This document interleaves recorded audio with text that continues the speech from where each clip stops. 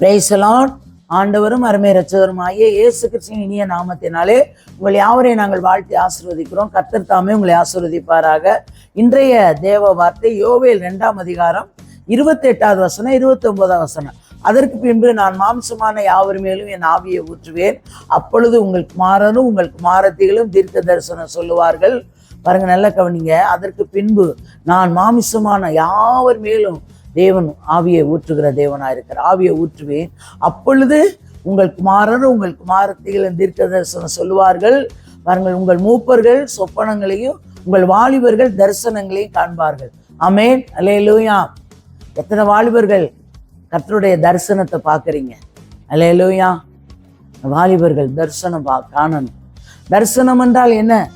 தரிசனம் என்றால் நீங்கள் ஜெபித்து கொண்டு இருக்கும் பொழுதே டிவியில எப்படி பார்க்குறீங்களோ அதே போல நீங்கள் ஜெபித்து கொண்டு கண்களை மூடி ஜெபித்து கொண்டு இருக்கும் பொழுது உங்களுக்கு முன்பாக கர்த்தர் அந்த தரிசனத்தை காட்டுவார். அல்லேலூயா. தூங்கும்போது காண்கிறது சொப்பனம், அது தரிசனம் அல்ல. இரவுலே தூங்கும் பொழுது காண்கிறது அது சொப்பனம்.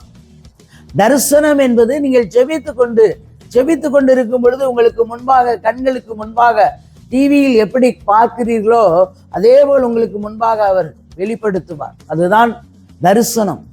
தரிசனத்தை பார்க்கணும். எத்தனை வாலிபர்கள் கர்த்தருக்குள்ள வைராக்கியமா இருந்து தரிசனம் பார்க்குறீங்க? அல்லேலூயா. வாலிபர்கள் என வேதம் சொல்லுகிறது. மூப்பர்கள் சொப்பனங்களையும், மூப்பர்கள் எத்தனை பேர் ஊழியத்தை குறித்த சொப்பனங்கள் கேட்டிருக்கீங்க? மூப்பர்கள். அல்லேலூயா. நல்ல கவனிங்க. நான் மாம்சமான யாவர் மேலும் ஆவியை ஊற்றுவேன், ஆவியை ஊற்றுவேன், அபிஷேகத்தை ஊற்றுவேன்.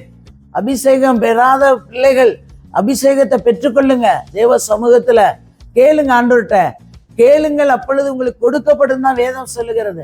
கேட்கிற எவனும் பெற்றுக்கொள்ளுகிறான்னு தான் வேதம் சொல்லுகிறது.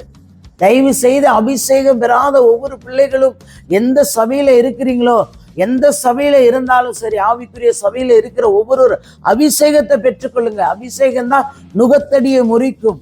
இப்ப மாமிசமான யாவர் மேலே ஆவியை ஊற்றுவேன், அப்பொழுதுதான் என்னவா உங்கள் குமாரன் உங்கள் குமாரத்திகளை தீர்க்க தரிசனம் சொல்ல. அபிஷேகம் இல்லை, அபிஷேகம் பெற்றிருக்க வேண்டும். இப்ப தீர்க்க தரிசனம் சொல்லுவார்கள். எத்தனை பேர் தீர்க்க தரிசனம் சொல்லுகிறீங்க? ஆண்டவருடைய வார்த்தையை சொல்லணும்.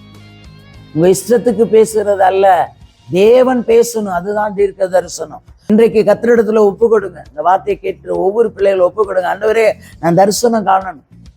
ஒவ்வொருவரும் ஒப்பு கொடுங்க. பாருங்க, ஊழியக்காரர் மேலும் ஊழியக்காரி மேலும் அந்த நாட்களில் என் ஆவியை ஊற்றுவேன். ஊழியக்காரர், ஊழியர்கள், ஊழியக்காரிகள் அன்று பாருங்க, நல்ல சொல்ல, ஊழியக்காரர் மேலும் ஊழியக்காரிகள் மேலும் அந்த நாளிலே என் ஆவியை ஊற்றுவேன்.